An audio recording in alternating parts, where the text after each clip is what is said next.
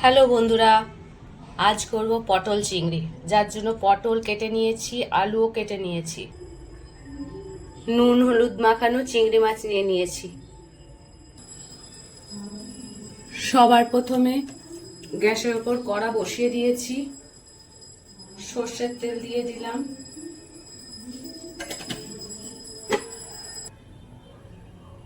তেল গরম হয়ে গেছে, আলু পটলটা দিয়ে ভেজে নেব।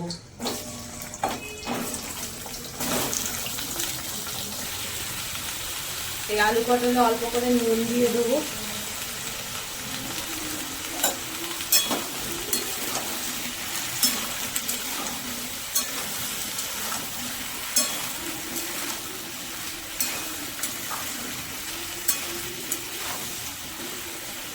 এবার মিডিয়াম আছে চাপা দিয়ে দিয়ে ভেজে নেব। আলু পটল লাল লাল করে ভাজা হয়ে গেছে, এবার তুলে নেব।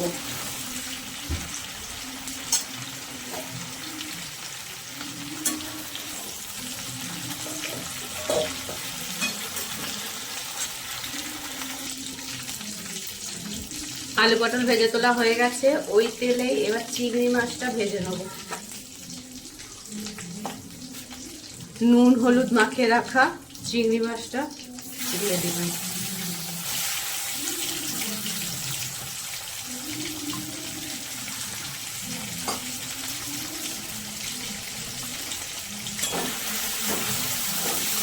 চিংড়ি মাছগুলোকে ভেজে নেব।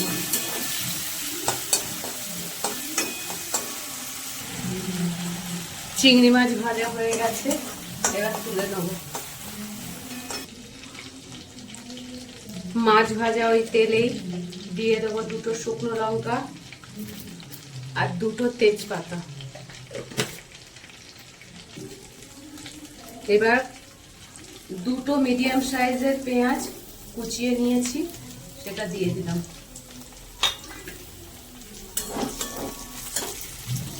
এই পেঁয়াজে অল্প করে নুন দিয়ে দিলাম।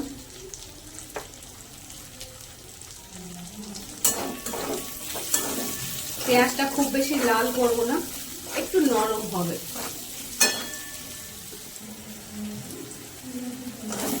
পেঁয়াজটা নরম হয়ে গেছে,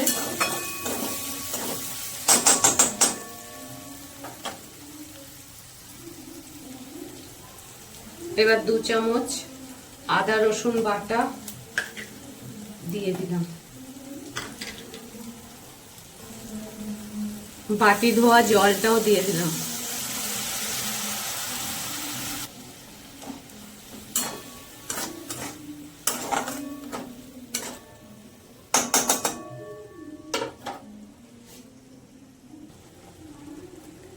এবার দিয়ে দেবো জিরে গুঁড়ো 1 চামচ, 2 চামচ জিরে গুঁড়ো দিয়ে দিলাম। 2 চামচ ধনে গুঁড়ো দিয়ে দিলাম। দিয়ে দিলাম কাশ্মীরি লঙ্কা গুঁড়ো। এবার মশলাটাকে ভালো করে কষতে হবে।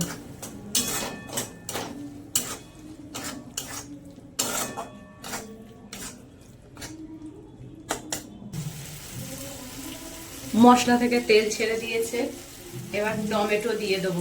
দুটো মিডিয়াম সাইজের টমেটো দিয়ে দিলাম। অল্প করে নুন দিয়ে দিলাম।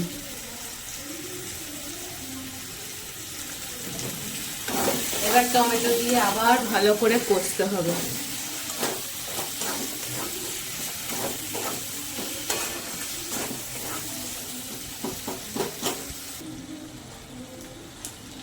মশলা কষা হয়ে গেছে, মশলা থেকে তেল ছেড়ে দিয়েছে।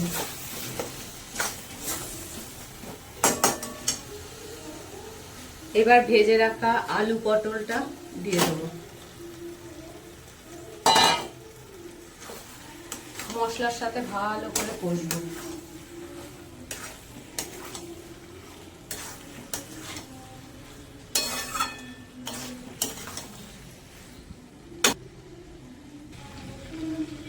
এর সাথে চিংড়ি মাছ ভাজাটাও দিয়ে দেবো।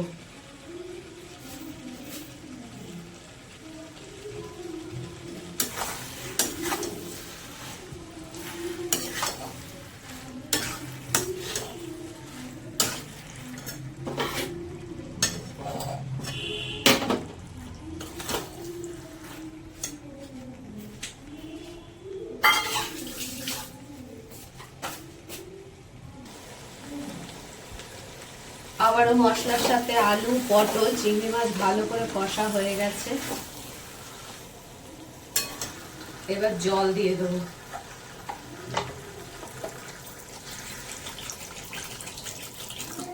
দু কাপ মতো জল দিয়ে দিলাম।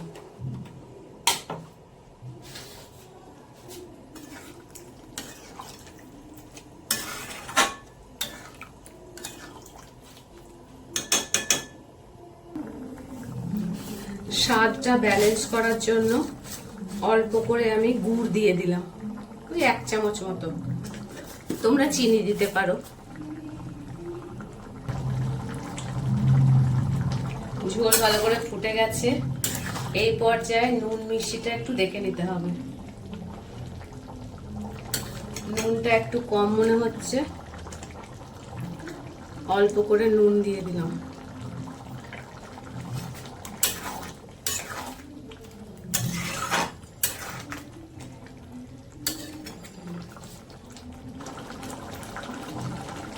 এবার গরম মশলা ছড়িয়ে দেবো।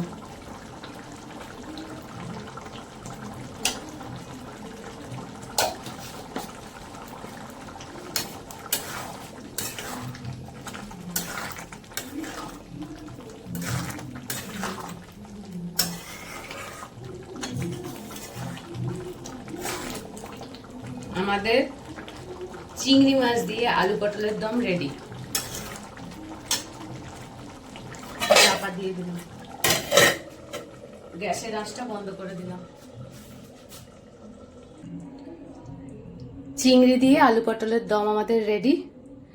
তোমরা পটল চিংড়িও বলতে পারো।